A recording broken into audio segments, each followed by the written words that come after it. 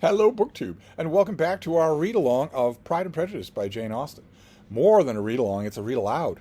I'm reading this book to you and verbally annotating it as I go because I can't help myself. I started not being able to help myself years ago when I read you aloud a Trollope novel and started interjecting in every chapter. And even back then, a great number of you wrote to me and said, please don't stop doing that. we can get an audiobook of this on our own. But please don't stop annotating. And I've given myself over to it entirely now, so I couldn't stop if I tried. And all that's left really is to figure out what we're going to do next, what book we're going to do next.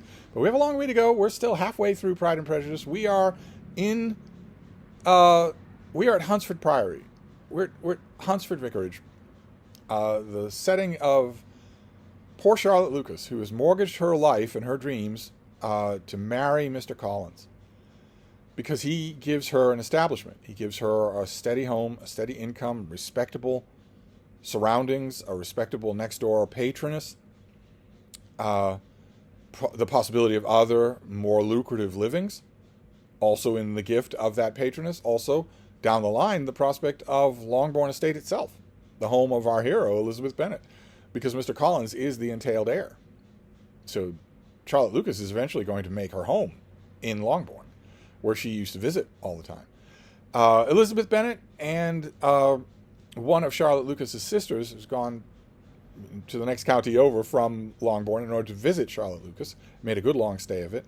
And as we have seen in recent chapters, in the week before she leaves, several things happen to Elizabeth. She'd been having a normal stay. She finds Lady Catherine de Bourgh, Mr. Collins' patroness, a little bit trying, but she's been having a normal stay until Mr. Darcy comes to town. He comes to the village, stays. She is his aunt, so he stays at Rosings, her country estate, and has much more increased society with Elizabeth.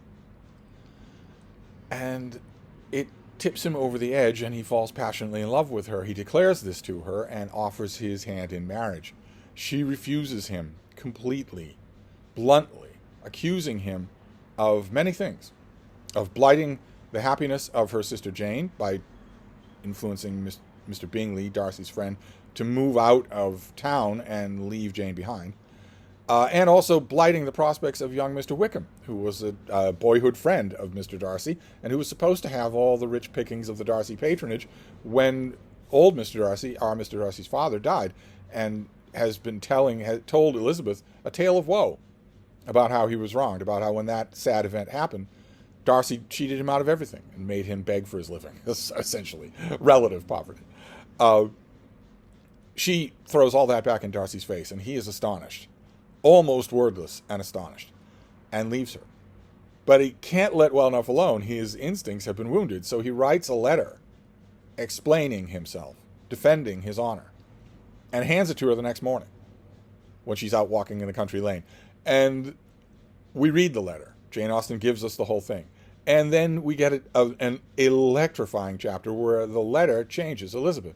She realizes that she has been wrong, that Darcy's explanations of both those charges make sense. And then Darcy leaves.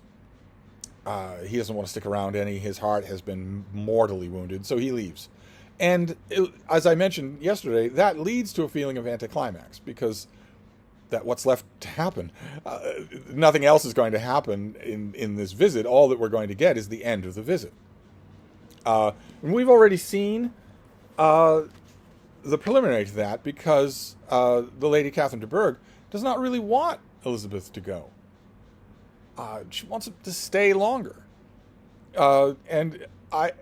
And has also offered, I want you to stay at least 2 more weeks, because that's what I originally thought you were going to be staying. But if you'll stay a whole month longer, well, that will coincide with me going to London, and I can give you a ride. I can bring you there and maybe take you places, theaters, dress shops, whatever.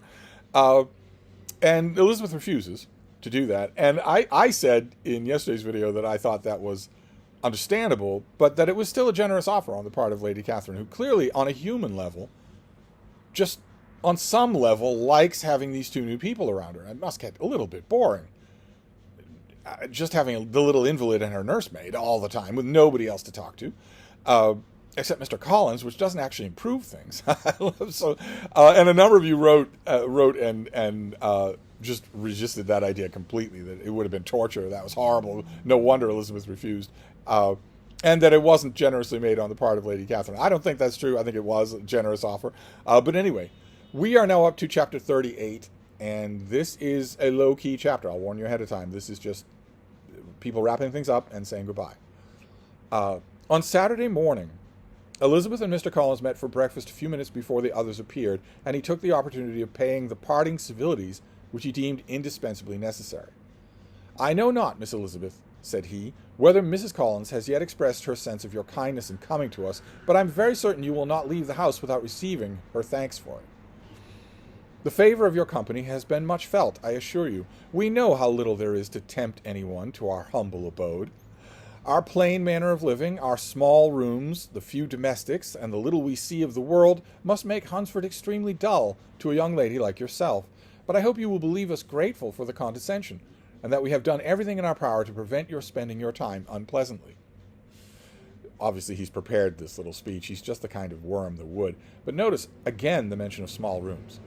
Hunsford is a humble living that Charlotte has mortgaged herself for. It's a humble living. Elizabeth was eager with her thanks and assurances of happiness, and she had spent 6 weeks with great enjoyment, and the pleasure of being with Charlotte and the kind of attention she had received must make her feel the obliged. Mr. Collins was gratified, and with a more smiling solemnity replied, "It gives me the greatest pleasure to hear that you have passed your time not disagreeably. We have certainly done our best, and most fortunately having it in our power to introduce you to very superior society, and from our connection with Rosings, the frequent means of varying the humble home scene. I think we may flatter ourselves that your Hunsford visit cannot have been entirely irksome. Our situation with regard to Lady Catherine's family is indeed the sort of extraordinary advantage and blessing which few can boast. You see on what footing we are. You see how continually we are engaged there. In truth, I must acknowledge that, with all the disadvantages of this humble parsonage, I should not think anyone abiding in it an object of compassion, while they are sharers in the intimacies at Rosings." Words were insufficient for the elevation of his feelings, and he was obliged to walk about the room, while Elizabeth tried to unite civility and truth in a few short sentences. "You may, in fact, carry a very favorable report of us into Hertfordshire, my dear cousin. I flatter myself, at least, that you will be able to do so. Lady Catherine's great attentions to Mrs. Collins you have been daily witness of, and altogether I trust it does not appear that your friend has drawn an unfortunate... but on this point is well that we be silent." He's about to say, "I hope this will dispel any idea that she's made the wrong choice in marrying me, when you didn't," because he proposes to Elizabeth first. She would have been living in this little house. Can you imagine? Only let me assure you, my dear Elizabeth, that I can, from my heart, most cordially wish you equal felicity in marriage. My dear Charlotte and I have but one mind and one way of thinking. We know that's not true. My dear Charlotte and I have but one mind and one way of thinking. There is in everything a most remarkable resemblance of character and ideas between us. We seem to have been designed for each other." Elizabeth could safely say that it was a great happiness where that was the case, and with equal sincerity could add that she firmly believed and rejoiced in his domestic comforts. She was not sorry, however, to have the recital of them interrupted by the entrance of the lady from whom they sprung. Poor Charlotte! It was melancholy to leave her to such society. But she had chosen it with her eyes open, and though evidently regretting that her visitors were to go, she did not seem to ask for compassion. Her home and her housekeeping, her parish and her poultry, and all their dependent concerns had not yet lost their charms. I think the narrator might be wrong. I think it's pretty clear they have lost their charms, that they probably did so in the first couple of weeks, and it's been months. At length the chaise arrived, and trunks were fastened on, the parcels placed within, and it was pronounced to be ready. After an affectionate parting between friends, Elizabeth was attended to the carriage by Mr. Collins, and as they walked down the garden, he was commissioning her with his best respects to all her family, not forgetting his thanks for the kindness he had received at Longbourn in the winter, and his compliments to Mr. and Mrs. Gardiner, though unknown. He then handed her in, Maria followed, and the door was on the point of being closed when suddenly he reminded them with some consternation that they had hitherto forgotten to leave any messages for the ladings of Rosings. But, he added, you will of course wish to have your humble respects delivered to them, with your grateful thanks for their kindness to you while you have been here. He would have said that anyway. They don't really need to say anything. Elizabeth made no objections. The door was then allowed to be shut, and the carriage drove off. Good gracious, cried Maria, after a few minutes' silence. It seems but a day or two since we first came, and yet how many things have happened. A great many things, said Elizabeth with a sigh. We have dined 9 times at Rosings, besides drinking tea there twice. How much shall I have to tell? Elizabeth privately added, and how much shall I have to conceal? Their journey was performed without much conversation or any alarm, and within 4 hours of their leaving Hunsford they reached the gardener's house, where they were to remain a few days. Jane looked well, and Elizabeth had little opportunity of studying her spirits amidst the various engagements which the kindness of her aunt had reserved for them.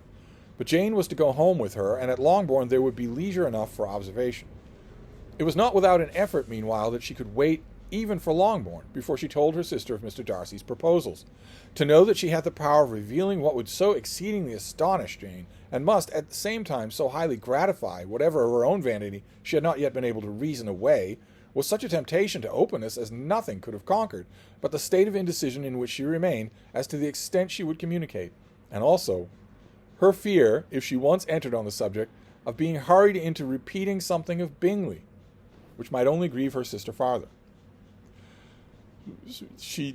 One of the reasons that she's not telling Jane about Darcy's letter is that it touches on Bingley. What could she say? That the effort that you talked about to make yourself seem pleasant to all and not extra pleasant to anybody worked. It worked too well. It worked so well that Mr. Darcy thought Bingley, that your affections were not returned, and so he pried Bingley away from you.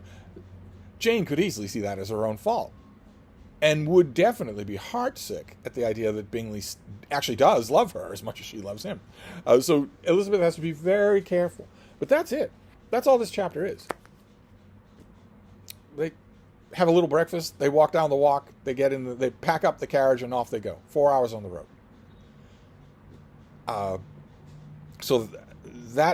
sorry, that is a very lackluster chapter, but things are going to start happening. Don't you worry. But for now, we're going to wrap this up. A very simple, elegant little chapter, and we will resume next time. Thank you, BookTube.